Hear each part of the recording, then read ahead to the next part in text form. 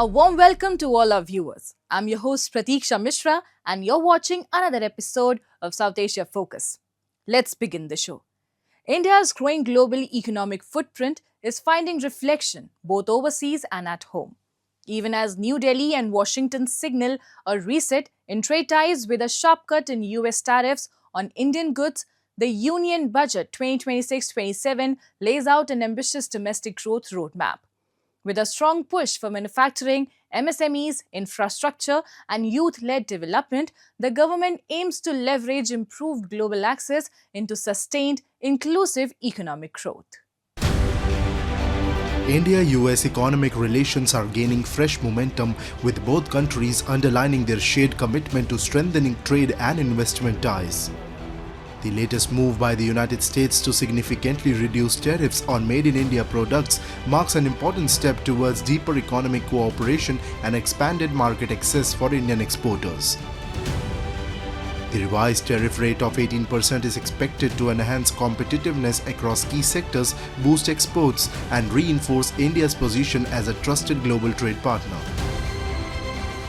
जो trade deal United states of America के साथ फाइनलाइज की है वो हमारे सभी पड़ोसी, सभी आसपास के देश, सभी जो देश हमारे साथ स्पर्धा करते हैं उन सभी देशों में सबसे बढ़िया डील भारत को मिली है।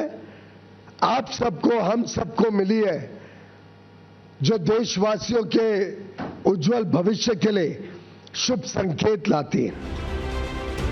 Markets have welcomed the development, with experts pointing to improved investor sentiment and renewed confidence among foreign portfolio investors who had remained cautious amid prolonged trade uncertainties. One of the reasons why the FPIs have been holding back for all entire 2025 was largely due to the trade uncertainties, because it's not only the tariffs which matter, but also the signals that it gives, saying that India and US were kind of going apart. Now this deal decisively puts both the countries together. The trade announcement coincided with External Affairs Minister S. Jaishankar's visit to the United States, where he took part in the Critical Minerals Ministerial. The discussions focused on strengthening supply chains and clean energy cooperation, with India supporting the new 4J initiative. Critical minerals is a very important subject. The US has been a partner for some years. Today they launched a new initiative called Forge, which we have supported. It's a kind of successor to the Mineral Security Partnership. So I think overall, to me it was a good meeting, very productive, very outcome-oriented, very business-like. With trade arrangements now in place with the US, UK and EU, India is better positioned than many East Asian economies that rely heavily on Chinese investment. While the move opens significant economic and geopolitical opportunities, its long-term value for India will hinge on the fine print, preservation of strategic autonomy, and the ability to convert improved market access into sustained export-led growth. The renewed momentum in India-US trade comes at a time when New Delhi is reinforcing its growth strategy at home. India's Finance Minister Nirmala Sitharaman formally presented the Union Budget 2026-2027 in Parliament, unveiling a comprehensive roadmap to strengthen the economy and promote inclusive development. Prepared for the first time at Kartavya Bhavan, the budget sets out the government's first Kartavya, its core duty to drive progress through targeted interventions across 6 key priority areas. These include scaling up manufacturing in 7 strategic and frontier sectors, rejuvenating legacy industries, creating champion MSMEs, delivering a strong push to infrastructure, ensuring long-term energy security, and developing city economic regions. Highlighting the focus on jobs, regional development and inclusive growth, the Prime Minister said the budget places special emphasis on empowering the youth and strengthening states across the country. मैं भारत के युवाओं को विशेष तौर पर इस budget की बहुत बहुत बधाई देता हूं, क्योंकि इससे एम्प्लॉयमेंट जनरेशन को बड़ा बूस्ट मिलेगा। मुझे बहुत खुशी है कि इस बजट में टूरिज्म और विशेषकर नॉर्थ ईस्ट में टूरिज्म को बढ़ावा देने के लिए भी ठोस कदम उठाए गए हैं। भारत के अलग अलग राज्यों को ताकतवर बनाकर संतुलित विकास की नींव भी इस बजट में मजबूत की गई है। Building on this vision, the budget focuses on agriculture and manufacturing, launching a national mission on high-yielding seeds to boost research, improve seed availability, and enhance farm productivity, alongside a national manufacturing mission covering small, medium, and large industries to further the Make in India initiative. We are inspired by three kartavya. Our first kartavya is to accelerate and sustain economic growth by enhancing productivity and competitiveness and building resilience to volatile global dynamics. Our second kartavya is to fulfill aspirations of our people and build their capacity, making them strong partners in India's path to prosperity. Our third kartavya, aligned with our vision of Sabka Saath, Sabka Vikas, is to ensure that every family, community, region, and sector has access to resources, amenities, and opportunities for meaningful participation. With strengthened trade ties with the US and a forward-looking reform-driven union budget at home, India is positioning itself for a new phase of economic growth. The combination of improved global market access, strategic manufacturing and infrastructure initiatives, and youth-focused development programs is expected to drive investment, boost exports, and create jobs across the country. Moving on. As Bangladesh heads towards a crucial national elections, concerns over law and order, voter participation, and political stability are taking center stage. Analysts warn that how authorities manage security, including violence and minority protection, could determine the credibility of the vote and public trust in the democratic process. A report. Bangladesh, a nation with a long history of politically charged elections, is preparing for another pivotal moment as voters head to the polls next month. Concerns over election day violence and possible post-election unrest are once again dominating public debate. Political analysts think that maintaining law and order will be critical not only to ensure voter turnout but also to safeguard the credibility of the electoral process. Bangladesh's election always had the genesis of violence. It's not something new, and we are not something accustomed with. This is something we know very well. But what is essential is how the government of the day will control violence during the day of election and subsequently post-election. And that remains to be seen. Analysts also warn that voter confusion could increase as the parliamentary election coincides with a constitutional referendum, potentially slowing the polling process. Voter turnout remains a major concern, particularly if supporters of key political groups choose to stay away from voting centers. Furthermore, low participation could weaken the inclusiveness of the election and raise fresh questions about its legitimacy. We want everyone to be a part of the election, and in that case, whether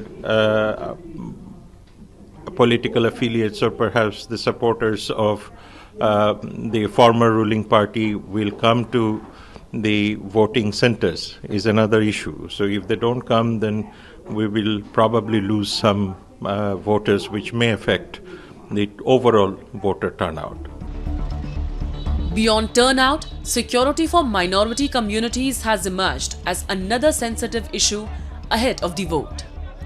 Right groups warn that periods of political uncertainty in Bangladesh have often been accompanied by targeted attacks, particularly in rural areas. The interim government has acknowledged these risks while calling for calm and restraint from all sides. Election observers have also flagged new challenges, including the misuse of artificial intelligence and online misinformation, which they say could influence both voter behavior and public perception of the polls. It is possible that some violence will take place, but the important thing is that by and large it must be peaceful, one. Second thing is that the authorities, the Election Commission and the law enforcement authorities must take immediate steps so that these don't go out of hand. Some incidents will happen, but that should be very limited and immediate actions need to be taken. As millions prepare to vote, including many first-time voters, questions are growing over how meaningful the election will be without the participation of the Awami League, one of Bangladesh's major political forces. Observers believe that even if polling remains largely peaceful, an election lacking broad political inclusion could struggle to command political confidence at home and credibility abroad. Time now for Asia This Week, the stories from across the continent. Sacred Buddhist relics from India were exhibited in their first ever international exposition in Sri Lanka's capital city of Colombo, attracting large crowds of devotees on 5th of February. The Devni Mori relics were brought to Sri Lanka for a public exposition, fulfilling a commitment made last year by Indian Prime Minister Narendra Modi to deepen the spiritual and cultural bonds between the two nations. New Year's Fire Review of Tokyo was held to show latest firefighting facility and activity. It aims to make citizens relieve and accelerate awareness of disaster prevention. 2,910 fire extinguisher staff and more than 100 firefighting vehicles on the ground and sea, also above sky. Today's progressive performance of fire disaster prevention made Tokyo citizens relieve and strengthened awareness to prepare disaster. The message is not only for Japan but also overseas, including supportive contribution. Bangkok residents are hoping to see change in the new government as Thailand heads to a nationwide election on February 8th, with government formation expected to hinge on post-election talks. Thailand has experienced multiple coups and court rulings that have reshaped governments over the past 2 decades, with coalition negotiation often determining who ultimately takes power. As Pakistan observes Kashmir Solidarity Day, the narrative it projects contrasts sharply with realities on the ground in territories under its illegal control. In Pakistan-occupied Jammu Kashmir and Gilgit-Baltistan, allegations of political suppression, enforced disappearances, and systematic denial of basic rights persist. Critics argue the annual ritual serves less as solidarity and more as a distraction from Islamabad's deepening human rights record and rising local dissent. In Pakistan-occupied Jammu and Kashmir and Gilgit-Baltistan, daily life is defined by political repression, institutional neglect, and the systematic denial of basic rights. Residents have no constitutional status, no meaningful democratic representation, and no independent judiciary. Peaceful dissent is criminalized, enforced disappearances remain routine, and entire communities live under constant surveillance by Pakistan's security establishment. Despite repeated protests demanding rights, development, and dignity, Islamabad continues to rule these regions through coercion rather than consent. Yet every year on February 5, Pakistan marks what it calls Kashmir Solidarity Day. Officially, Islamabad claims to stand with the people of Jammu and Kashmir. In reality, the observance has become a state-orchestrated spectacle designed to export a narrative of concern while concealing repression in the territories under its own illegal occupation. So Pakistan, 5th of February is a fraud day. It's a day when Pakistan tries to cover up its sins, its atrocities, its bad governance, in POJK and Gilgit-Baltistan, and it tries to fool its own people in Punjab especially, that as if Pakistan army is the guardian of the cause of Kashmir. There is no Kashmir cause as Pakistan depicts. On the 26th of November, on the 26th of October, on the 26th of October 1947, our King Maharaja Hari Singh signed an instrument of accession with India and joined India. The whole state is part of India, not just Srinagar or Jammu. The whole state of Jammu and Kashmir annexed with was acceded to India according to that document. While Pakistan projects itself as a defender of Kashmiri rights on international platforms, voices from Gilgit-Baltistan describe a grimly different reality. Political activists say elections are tightly controlled, leaders are jailed or restricted, and dissent is treated as a security threat. Large-scale land acquisitions, demographic manipulation and resource extraction, particularly under the China-Pakistan Economic Corridor, have intensified local anger while residents remain excluded from decision-making over their own future.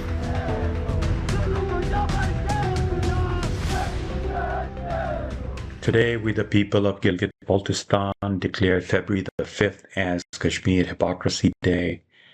When Pakistan is carrying out massacre and genocide in occupied Balochistan, when people of Tira Valley in Pashtunistan are being forced out of their homes in snow and rain, when Ali Wazir, Manzoor Pashtun, Maharang Baloch and many others are behind bars and being tortured for demanding basic rights for their people, when our leader Shabir Mayar is confined to his village in occupied Gilgit-Baltistan for peaceful activities, when Baba Jan is not even allowed to participate in upcoming election in Gilgit-Baltistan, when people of POJK in Mirpur and Muzaffarabad recently buried 13 of their loved ones killed by Punjabi police and the Rangers, when our resources are being looted in the name of CPAC and our cultures are near annihilation and extinction. Human rights groups have repeatedly flagged Pakistan's occupied regions as legal black holes where constitutional protections do not apply and accountability mechanisms are absent. Gilgit-Baltistan remains outside Pakistan's constitutional framework, while Pakistan-occupied Jammu and Kashmir operates under heavy military oversight, leaving residents without the rights Islamabad claims to champion elsewhere.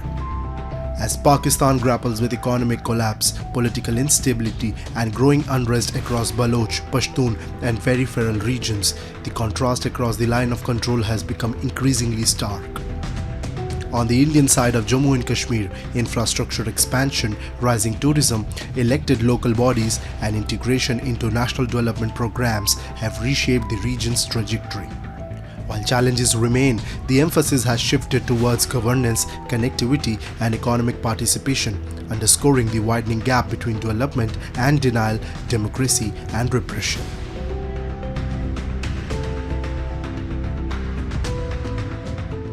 The Indian film industry, home to Bollywood and diverse regional cinema, mesmerizes audiences worldwide with colorful storytelling, soulful music, and unforgettable performances. Today, we take you on a journey across India's thriving entertainment landscape, where regional cinemas are rising, collaborations are flourishing, and the industry is crafting a powerful global identity. India boasts one of the world's most diverse film ecosystems. From Telugu and Tamil cinema to Gujarati and Punjabi films, each industry carries a unique cultural voice. What was once regional cinema now sets national trends, driven by strong storytelling and technical excellence.